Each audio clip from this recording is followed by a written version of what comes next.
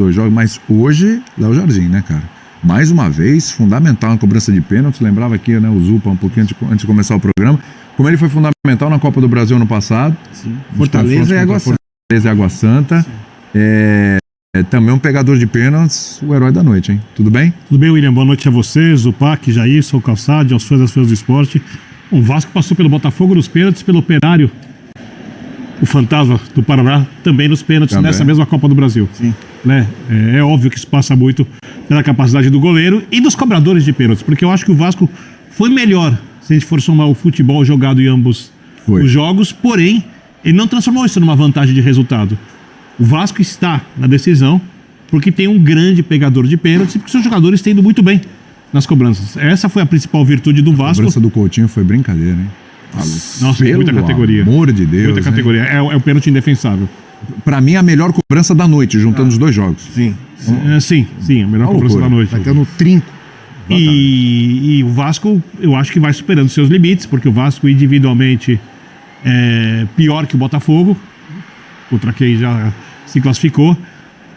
Com o Fluminense, eu acho que, olhando o Fluminense do primeiro jogo, jogadores à disposição, muitos centroavantes, eu acho que ali o Fluminense tem jogadores mais fortes na parte defensiva, mas na ofensiva eu acho que o Vasco ali tem um pouquinho mais de capacidade. Mas aí, Bernardo, o Campeonato Brasileiro, ele mostra a diferença entre os dois. Mas eu não sei se é diferença técnica. Tudo bem. Eu acho que esse é o ponto. Não, tudo bem. Porque tanto o Cruzeiro quanto o Fluminense, claro, são melhores que Corinthians e Vasco, mas a diferença técnica não é tão grande. A diferença maior, especialmente no caso de Cruzeiro e Corinthians, é a diferença de trabalho. Perfeito. De estabilidade. É mais difícil você fazer gols no Fluminense que no Vasco. Se você pegar, Perfeito, o time para mata-mata, que é um jogo ou 2 jogos, o time do Vasco não deve tanto ao time do Fluminense. Eu também acho. O time do Corinthians não deve tanto ao time do Cruzeiro para mata-mata. Para pontos corridos, os dois não vão conseguir acompanhar, né? E especialmente na Eu acho até que o Vasco deve mais pro time do Fluminense do que o Cruzeiro, do que o Corinthians pro Cruzeiro. Sim, sem dúvida. O time do Corinthians para mata-mata, ele enfrenta qualquer time do Brasil, tendo seu jogador de posição. Para pontos corridos, não. O que eleva um pouquinho mais o feito do Vasco, eu acho, no jogo contra o Fluminense. Confronto. E eu acho que, mais uma vez, não é coincidência. Tem gente que critica, tem gente que não gosta, tem altos e baixos. Tem o Diniz, numa final de torneio importante. Quando ele ganhou a Libertadores, ele não tinha o melhor elenco. Quando ele foi líder do Campeonato Brasileiro, ele não tinha o melhor elenco.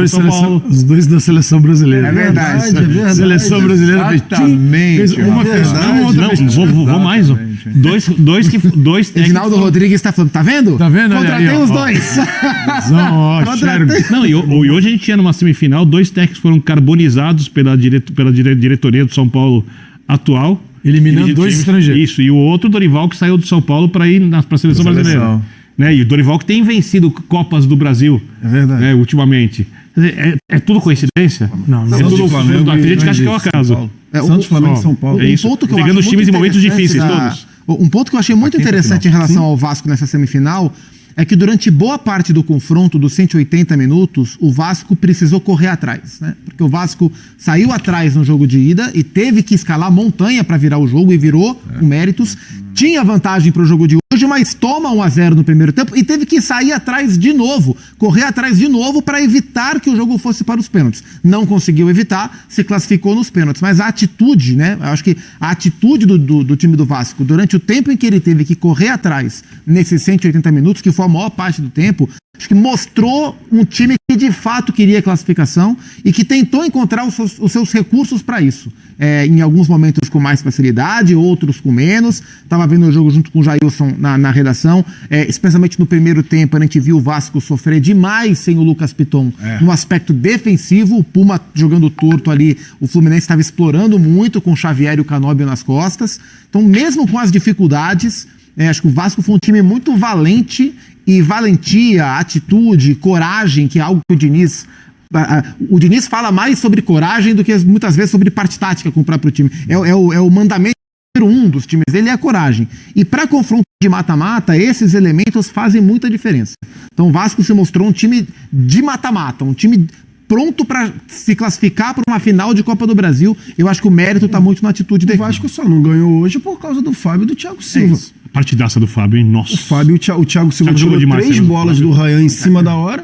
Na hora que o Ryan estava preparando para a finalização, o Thiago Silva conseguiu esticar ali o pé e tirou 3 vezes, e o Fábio a gente não precisa falar. E uma falta de sorte do Paulo Henrique, cara. A gente falou do Léo Um lance, Jardim. uma falta de sorte ali. Foi um erro. Ali, Foi um né? erro. Foi um erro, é. Mas então, mas foi justamente o que a gente estava falando, no Pumita. Na hora que a gente tá falando ali, na hora, eu tava do lado do Zupo, falei, ó, o lado aqui, o lado fraco. Acho que assim, se pra estudo, né, o estudo do Corinthians pra final é o Pumita. A defesa, o lado defensivo do Pumita hoje está, hoje, pelo menos, muito abaixo. E já tinha acontecido isso contra o Mirassol, por exemplo, no Campeonato Brasileiro. Ele entrou em campo, o Mirassol fez os gols pelo lado dele. E o Reis não confia no Vitor Luiz. Exatamente, não confia no Vitor Luiz para ser esse substituto, né? Enfim, da Você perna confiaria? esquerda mesmo. Mas assim, o Pumita ali no lado defensivo contra o Mirassol deixou a desejar, e hoje, 2 escapadas ali do Fluminense, estava ali do lado do Zupac. Falei, olha ali, ó. O corredor ali nas costas do Pumita pode ser a boa. Na segunda bola que o Samuel e o Canóbio conseguiram fazer a jogada por ali, pimba. E o PH, realmente, infelicidade, ele foi tirar, deu de calcanhar na bola, a bola acabou dentro do gol. Mas assim, 90 minutos, bola rolando, o Vasco era para ter vencido, porque o Fábio fez uma partida espetacular e o Thiago Silva ali tirou 3 do Rayan. Falou do Léo Jardim, mas só apareceu o lance do Fábio ali, né? O Léo Jardim foi Exato. pênalti, né? Pênalti. O Léo É isso. Jardim foi o pênalti, mas o Fábio também pegou. Pegou né? um pênalti. Se aquele fosse o pênalti, a gente ia juntar com o jogo e falar assim, O monstro, Fábio, O que explica monstro. muito calçado. Desculpe. não é só 45 anos de idade, 45. Você falou, uma defesa de quarentões, sim, não tem 40 para 41, a gente está falando de um goleiro de 45 anos. E o detalhe que eu isso falei. não, isso é um... Isso é um absurdo. É, É um absurdo. Durante o Você segundo jogando em tempo- alto nível, pô. Durante Alto o segundo nível. tempo, e me veio isso na cabeça e eu fui dar uma olhadinha dos números. O Fábio é um goleiro de 45 anos. Sabe quantos jogos o Fluminense fez na temporada? 78. Desses, o Fábio jogou 74 jogos. Não tem jogador, brincadeira, não tem brincadeira. jogador na Série A do Se você tem um... Na hora que você está classificado... Adrenalina, né? Adrenalina ali é um... Isso esgota, né? Isso suga toda a energia do jogador, mas é uma final.